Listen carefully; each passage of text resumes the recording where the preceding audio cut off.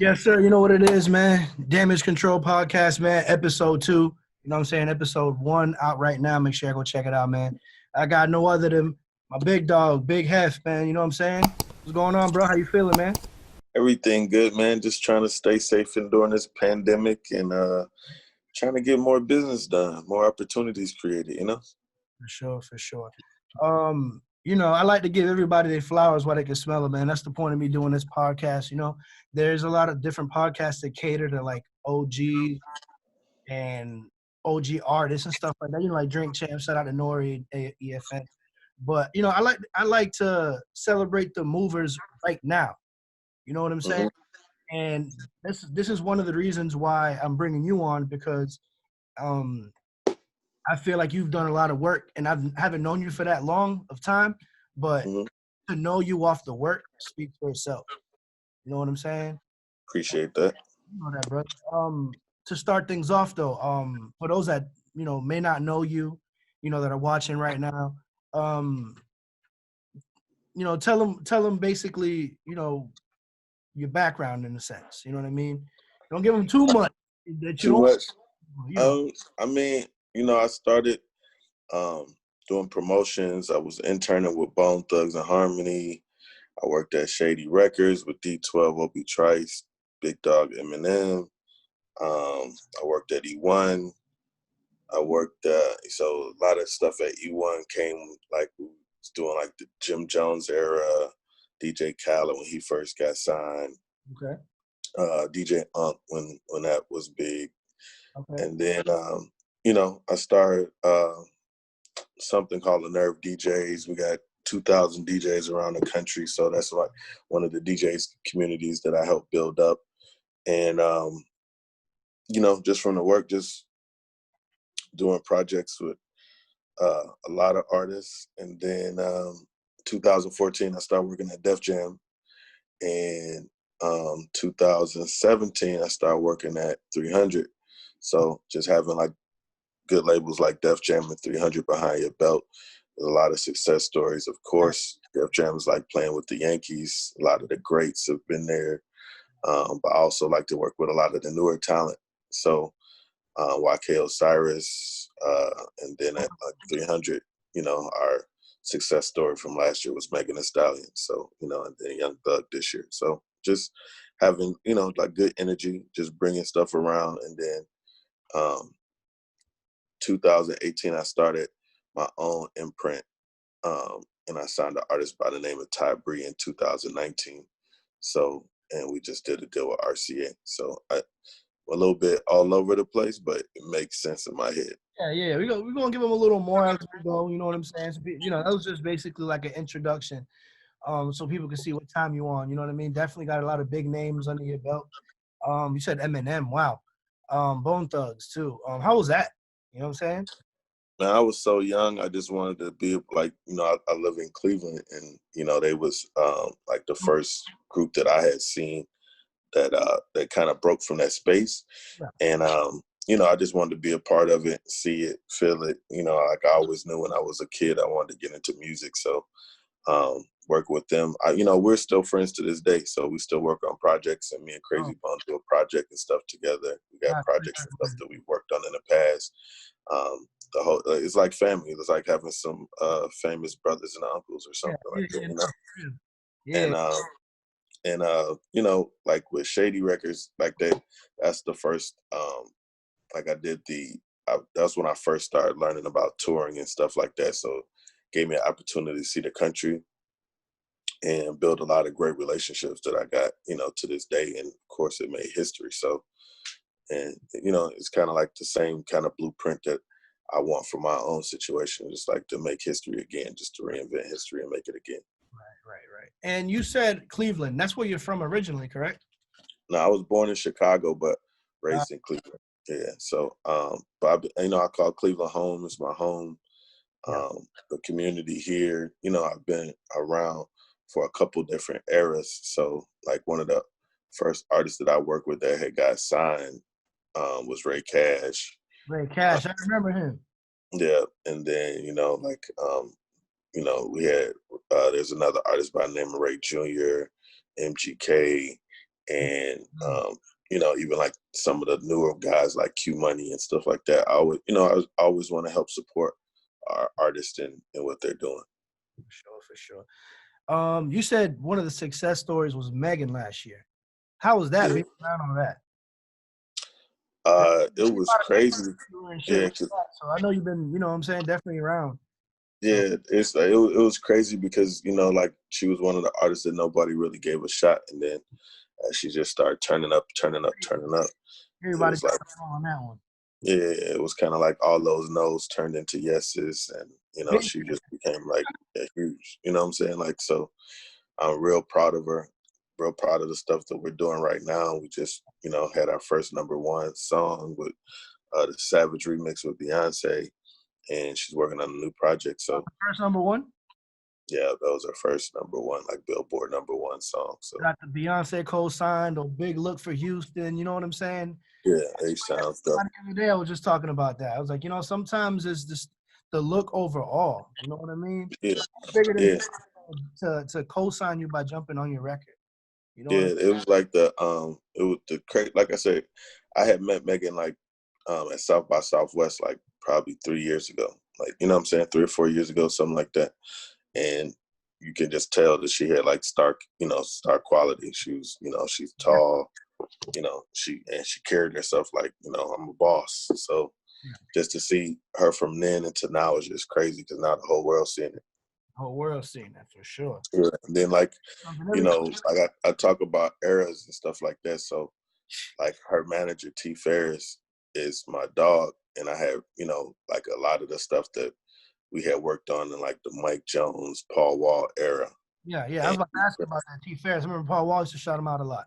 yeah, so that era that we met, and we've been friends ever since then. So for him to come back with Megan is just crazy, and we still got that same relationship. So it just grows. And then like 2010, I started doing like my own little industry tours and stuff like that. And yeah, and then he had an artist on my tour. You know what I'm saying? Like me and Bigger Rankin like used to do a lot of tours. That's how I met like Lil Baby and a lot of the YFN people and all that kind of stuff. So T Ferris had an artist on the tour with me and Bigger, and it just Shout out to grew. Big Man for sure, Yeah. man. Yeah. So it was crazy.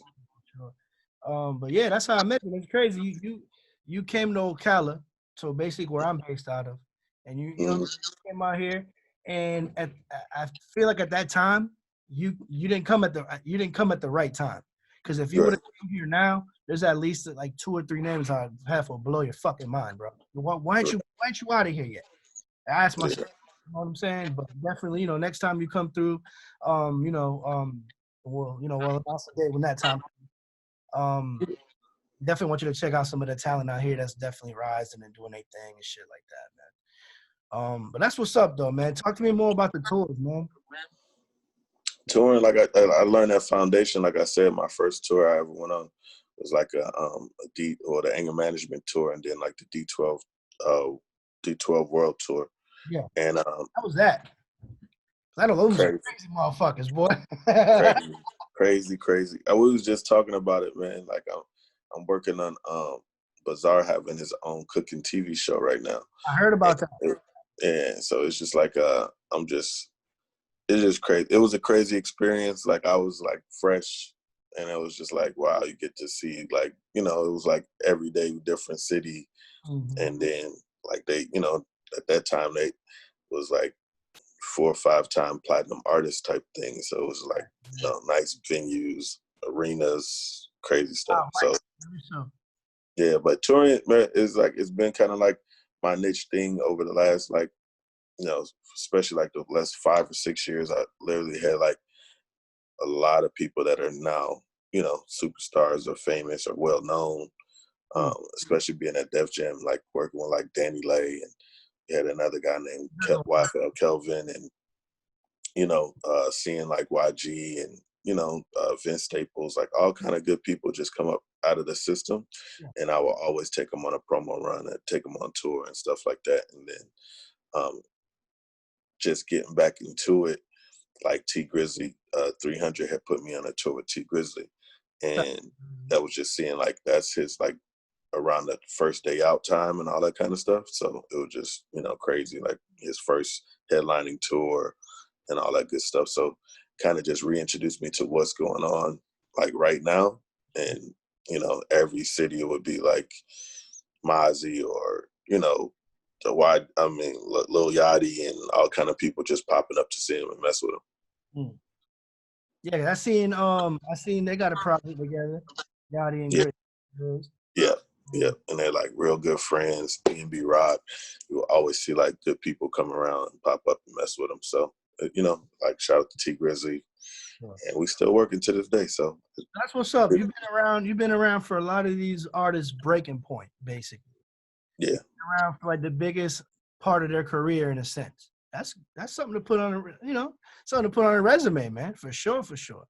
the resume definitely looking healthy right now. You know, Yeah, for sure. You know, and that's what it's all about, bro. And I know you got a book. Talk to me a little bit about that. I first wrote a book in 2017. It's called Making It in the Midwest, and it was really just based on like a lot of the success stories that I seen and a lot of the similarities that a lot of them had. So that's out now, like on Amazon and Kindle and all that kind of stuff, and iBooks. And then I recently just wrote a book that was released in March, and it was based on like it's called American Hustler, American Dream, and it's based on 50 Cent. So just talking about the different business ventures that he's created for himself through his career.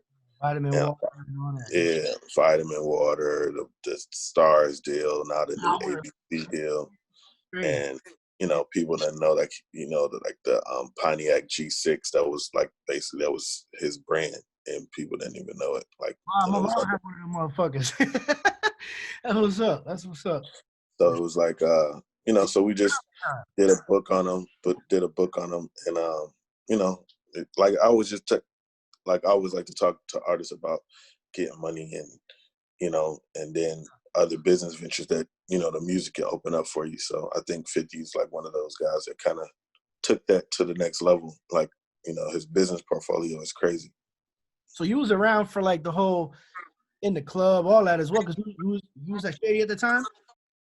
Yeah, you know what the crazy part about it. So when I first started in music, I used to, you know, this is like the mixtape era. So one of my good friends was DJ Who Kid, and I just remember going to New York, riding around Who Kid's car, and he like that's his cousin, so he's the one that actually introduced me to 50. That was like before the Shady record stuff. Cousins.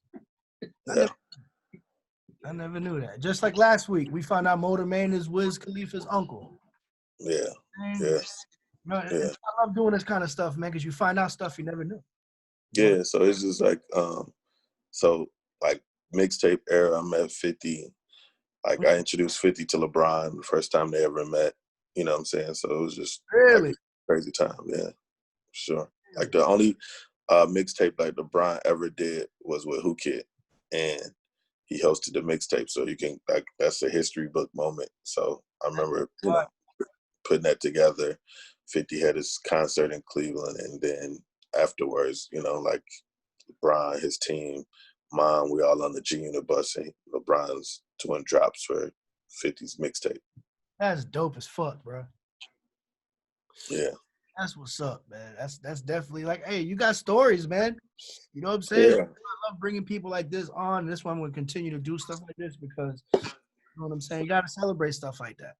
You know what I mean? Yeah, man. It's been a fun ride, bro. Like, you know, now I'm getting more into like my executive role and just trying to learn the other side of the business. Before it was just like marketing and promotion and touring, and now it's just learning like the other side of the business.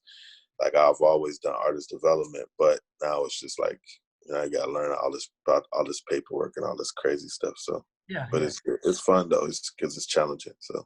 Yeah, no, for sure, for sure. Now, what is like out of everything that you mentioned, right? Like, what was if there was a time that you could revisit over and over and over? What artist was that? You know what? All of them, bro. Like I ain't gonna lie. Like I don't want to sound too political, but all of them was unique in a different era. You know what I'm saying? So like I always say, like, I survived like 3 different eras of music. But they all unique and funny. You know what I'm saying? Like I still remember being in I think I was in Denver at the time, and this is a time like when Scary Movie 3 was out. So I'm in the hotel room and they watching Scary Movie 3, and you know they did a spoof about 8 Mile, which is of course their life story. You know what I'm saying? So I was in a hotel room. I said, man, I've never met nobody famous that they made a movie about, a spoof movie about them, and they were sitting there watching the movie and laughing at it. You know what I'm saying? So I was like, yo, this is the most awkwardest, craziest thing, but it was dope. You know what I'm saying? So, but yeah, like it's a lot, you know, like even seeing like Jim Jones become a superstar in his era, that was crazy. I was like in high school at the time. I want to say like 11th grade. That's when We Fly High came out. Yeah.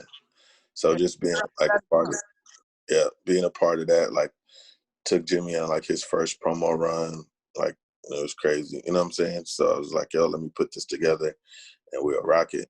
And, you know, it worked out. Like it's kind of like been my niche, but you know, that era was good. The whole Mike Jones, Paul Wall era was good for me. Seeing Machine Gun Kelly rise into a superstar, that's been great for me. And then like now it's just seeing like a lot of the newer artists that I work with, you know, just take their careers to the next level, and you know, like they household names now. So I know the formula is working. Right. And some of the artists you're working with now seems like what, Dream Doll, Famous Dex. Yeah. Dream Doll, Famous Dex, who I just get off for, like I said, YFL Kelvin, he's a new artist. Ty Bree. Yeah, Ty Bree's a new artist.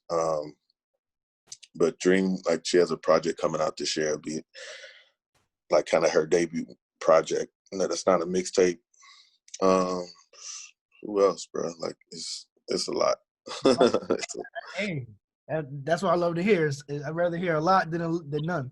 You know what I mean? It's definitely going like talking like to artists, like I said, next wave artists like King Critical. There's another guy, his name is Lil Kel, and he's from St. Louis. Yeah, he does like between 5 and 6 million streams, you know, like, you know, so everybody's like going, like those are people that's gonna be the household names next year. Right. See, that's what's up. You get behind them at the right time in a sense, because that's when they're going up. So that way, you know, that's what it is, man. I like that, man. You know, Yeah. because you hear a lot of people in the industry, right? And after they've done what they've done, you never hear of them again. They fade away. It's about consistency. You're living proof of that. So I definitely got to celebrate that, man, for sure, bro. So big I appreciate it. for sure. Yeah, I you know what? I think one of the things that a lot of people don't do is keep relationships. You know what I'm saying? So like, if I'm telling you, more than buddy, yeah, man. yeah. So the relationships is always there, and then on the other side is just like making it make sense. So making it make sense of that. So making it make sense to everybody, and then you know, be goal orientated, and then teamwork, bro. It's about your team. So your team gotta, you know, you can't do everything. So you gotta bring up a team and build a team and make everything. Shit, man. Yeah. Yes, sir. For sure. Um, another question I want to ask you, was concerning Bone Thugs. Crazy Bone, right? Mm-hmm. Well, you said something about Crazy Bone earlier, but like, were you like with the group as a whole? Were you around that time, like when there was already assembled with like the Easy E time? Yeah. They was on a first, second album, and then like that was just the introduction, and then like around like 99 2000-ish, that's when we really start working like literally between group projects and solo albums. I was kind of doing like the Midwest for them all the time. So let me ask you a question. It's something I've always wanted to know about Bone Thugs. Notorious Thugs, right? Did they do that live? Yeah, definitely in the studio. And then I wasn't in the studio session, but But one of my good friends is Steve LaBelle. He was Bones' longtime manager. Okay, yeah. And they were, but like Dizzy and Crazy would always just tell me the stories. Like basically they did the song, boom, and then Biggie had to go back and change his verse. No. So, yeah, so there's like always tell me like we made Biggie go change his verse, and that's when he came with the dope verse. That's crazy, bro. Wow. Yeah, that's something I always wanted to know because you got a lot of artists that have made songs with Biggie after he passed. You know what I'm saying? So that's definitely a trophy in a sense. Yeah, yeah. It's before he passed for sure. Yeah, like this one. Alive for that? Were they there for when they did that when he was alive? Thug Love? Yeah, they did that in Cleveland. They recorded it in Cleveland. Were you there for that? I didn't go there. It was. I went to the show, and that's when they linked. Like that's when Tupac literally was on the radio and called him like, "Yo, Bone, come see me. I'm in your city. What's up?" And then they came down to the show and they met backstage. I was backstage in the whole nine for the show, and then they went directly to the studio after that. There's reasons why I asked you both those questions. I wanted to know if you actually met Pac and Big before they passed. So yeah, I met them both. Just not with Bone. I met them both though for sure. Oh wow. Yeah. How was that? Yeah. Experience, Tupac was smoking cigarettes and just said, "What's up?" Like when a guy that I used to run with, he introduced me. He was friends with them, so he introduced me on the Tupac side, and then Biggie. I went to a show. I was, like I said, this is like the fan stages, but I went to a show and somebody introduced me like, "Yo, this is my young boy," and it's like, I'm real big on just saluting the artists and making sure they good. So he said, "What's up?" Hey man, I don't care what position you in. At that time, you meet him, you're a fan right there in that moment. Yeah, for sure. So it's like I said, it's always good to when you meet somebody, like I said, at this time they're at the height of their career. So it's just like, man, like that's what made me want to actually meeting like on the Tupac side. That's what made me get into music. That's what it is. You see what one question could lead to? That's what's up. Yeah, sure. For sure. I see your angles. I've done a lot of interviews. Yeah, I see you. Well trained, my brother. Yeah. But nah, man, definitely, man. Like I said, I wanted to bring you on here to salute you, man. Anything you got coming up? You know what I'm saying? Just want the people to know anything you got coming up for this, this year, anything like that, and maybe some artists can get at you. You know what I'm saying?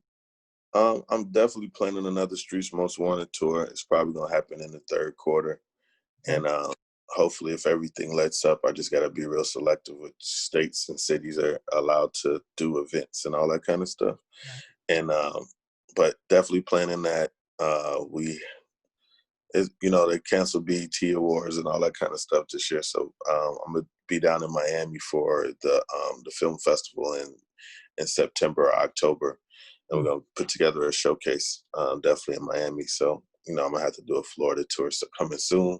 Yeah. But, projects, Ty Bree project about to drop, Dream Doll project about to drop, Cardi about to drop, Megan about to drop, Young Thug about to drop, Lil Keed about to drop. So it's going to be a good, fun time. Just breaking some new records, breaking some new artists. I'm sure it's going to be another pop-up, one or two artists that's going to creep through the cracks too. Right. You were talking about Ty. I seen Cardi B shouted her out. Mm-hmm. Yeah, support, like to get somebody like a major supporter like that at the early stages of somebody's career is really dope. We was in New York, and my dude Brooklyn Johnny, he made the introduction. Like I had met Cardi a couple times before, but I wanted, to kind of get the yeah. So I wanted to get it's for, I think like a lot of times, like a lot of new artists, they got to hear it from another artist. So Cardi was just dropping the jewels on how to move in the industry tour. So it's dope. Yeah, for sure. That's what it is, man, for sure, bro. And, we working her record down here now that the clubs are open back up. So, I got you. And, appreciate it. You know what it is, man. Definitely gonna set up a Florida date when you come down. Yes, yeah. I might have to, I'll hit you up and we'll put some stuff together for sure. Absolutely. But yeah, man, this is Damage Control Podcast, man. Shout out to Big Heff, man. I appreciate you coming on, my brother. You know, I know you're a very busy man. And you know what I mean? Glad to have your brother's number. Love, man. You know what I'm saying? Yes, Uh, appreciate you having me. If people want to follow me on my day-to-day, on Twitter is Big Heff, BIGHEFF.